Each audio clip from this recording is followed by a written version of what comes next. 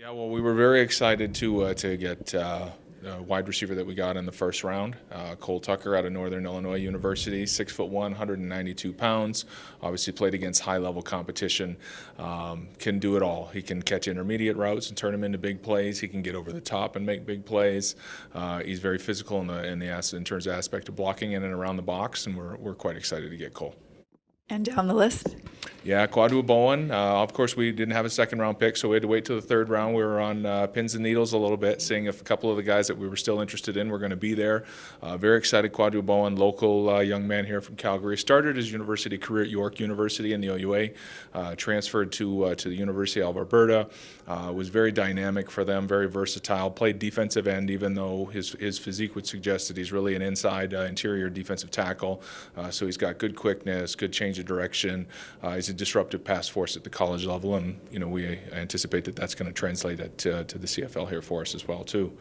And then in 2 picks later, Clark Barnes. We were considering Clark in the first round, and so for us to potentially be able to get him in the third round, as each pick went off, we were like, is this really going to happen for us?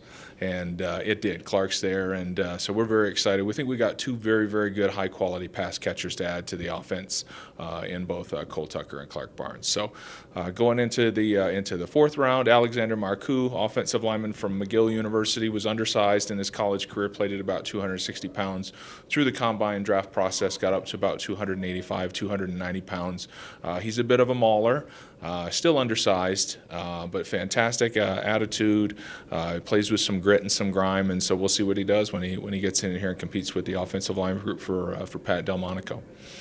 After that, I know it was Ryan Leader from McMaster University, a linebacker converted to defensive end. He just outgrew the linebacker position during his college career. He's playing defensive end now for McMaster's, hometown guy there from St. Thomas More High School, which is the high school of our defensive coordinator, Brent Monson. So it was very easy for us to get a lot of intel on Ryan and the kind of person and the kind of player that we're going to get in our locker room here. So we're excited to see what he does. Sebastian Howard from St. Mary's. As a conversion player, he played receiver, and I think teams are kind of projecting him to move inside to the fullback, H-back kind of position. He's 6'6" almost, 225, 230 pounds, big frame, ran 4.6s at the Invitational Combine. So he's a very good athlete, but he's going to be asked to do some things that he's never had to do before in his career. So it's a bit of a projection there for him, but we're excited about the athlete that we're getting there.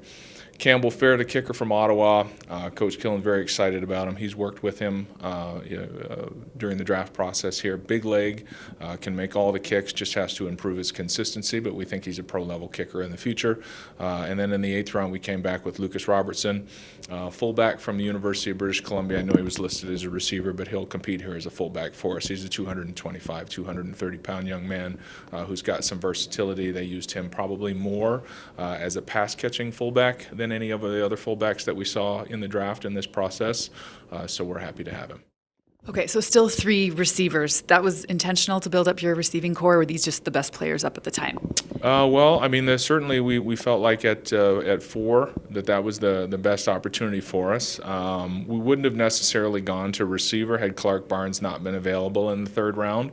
But for us at that point, he was the best player still available on the board by a fairly wide margin in terms of our draft grades. So we just felt like you get 2 receivers that you have potential starting grades on both. We just felt like it was a decision we had to make. There was a perception that maybe this draft class was a little bit weaker than ones in the past. What are your thoughts on that? Was it?